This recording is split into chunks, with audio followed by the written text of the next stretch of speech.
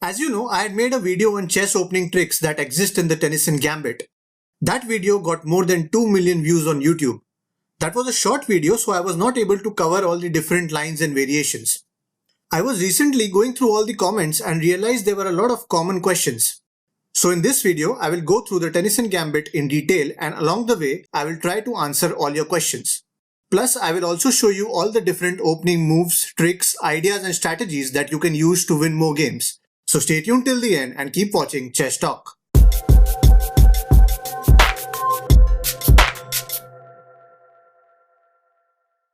Hello chess friends, I am Jitendra Advani.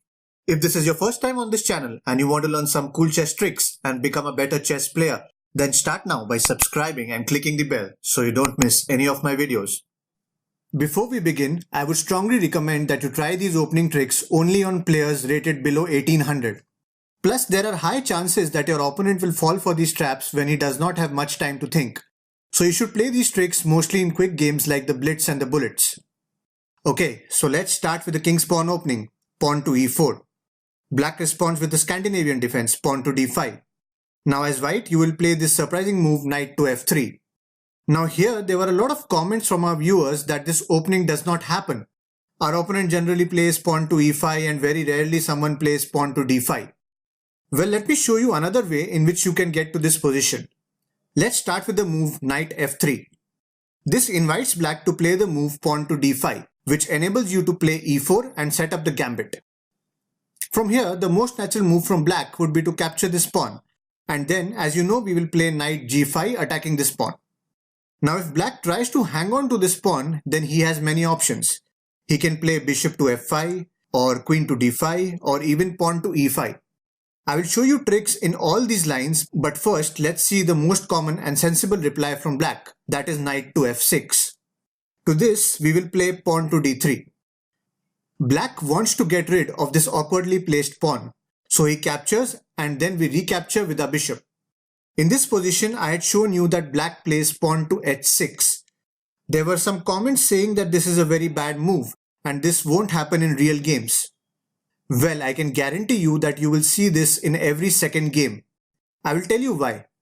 Look, when I talk about less rated players, they get very uncomfortable seeing their opponent's pieces getting close to them, especially if it's a knight targeting their king's side. So they try to kick off this knight immediately and hence they play the move pawn to h6. Anyone who hasn't seen this trap before has very high chances of falling for it. So from here we will play knight to f7, forking the queen and rook. The king is forced to capture, then we will play bishop to g6, check, and the queen is gone. So that was the first variation which I had also shown in my earlier video. Now let me just go back and show you what happens if black plays bishop to f5. From here you can attack this pawn with your other knight. Again, he tries to defend this pawn, so he plays knight to f6. You will now attack the pawn for the third time by playing queen to e2. This will force black to play queen to d4 to support the pawn. If he plays this, then he's gone. Let me show you how. First, you will play queen b5 check, attacking the king, the bishop, and this pawn on b7. Black's response is pretty much forced. He will have to play bishop to d7. Now you can capture this b7 pawn. From here, I can guarantee you most of your opponents will play bishop to c6, assuming they are not only saving the rook but also attacking the queen. But to their surprise, you will play this beautiful move bishop to b5. Again, black is now forced to play queen to d7. The thinking behind this is to trade off queens and minimize the damage somehow. But your opponent will be shocked to see your next move, that is, bishop takes bishop. The most obvious response would be queen takes bishop, which looks to be quite a good move. But if you look at it carefully, you have a stunning move. Can you spot it? Yes, it is queen to c8. That's checkmate and it's game over. Now let me just go back and show you the third variation. What happens if black plays queen to d5? He's not only protecting the pawn but also attacking this knight. You should now play pawn to d3, protecting the knight with your bishop. Now if your opponent plays knight f6 or bishop f5, then you can simply play knight c3 attacking the queen, and after the queen moves, you can easily regain the pawn, and as you see, you are also ahead in development. So let's go back again. So that's why if black wants to retain any advantage, then he has to capture this pawn. Now once again we are going to capture with the bishop, which looks very odd because you're giving away your g2 pawn. So the most natural move from black would be taking the pawn on g2. Your opponent won't realize, but he's actually falling for another trap, because after this you will play bishop to e4. The queen is trapped and has nowhere to go. The only safe square left is g4. But after queen captures queen and bishop captures queen, you can play bishop to g7 and the black rook is gone. Okay, so now let's go back and see another move to support the pawn, and that is pawn to f5.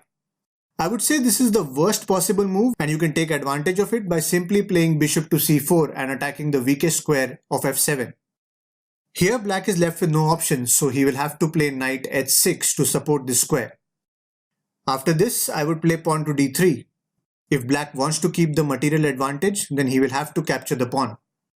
I would not be too concerned about this pawn, so I will simply castle and get my rook involved. If black captures again, you can take with your queen. What you're looking to do is to clear up the board and get more of your pieces involved in the game. You have your queen attacking this pawn, you have your bishop and knight eyeing down the f7 square, you can get your rook to attack along these open lines. Whereas if you see black's position, all his pieces are blocked and doing absolutely nothing. So all in all, you have a lot of attacking options and it's a very good position for white. Let me know in the comments if you have been successful in playing the Tennyson Gambit. Hit the thumbs up if you liked this video. Don't forget to subscribe for more such chess videos. For some interesting chess tips, tricks and puzzles, you can like my Facebook page. Links are in the description box below. Thanks for watching and I shall see you in my next video.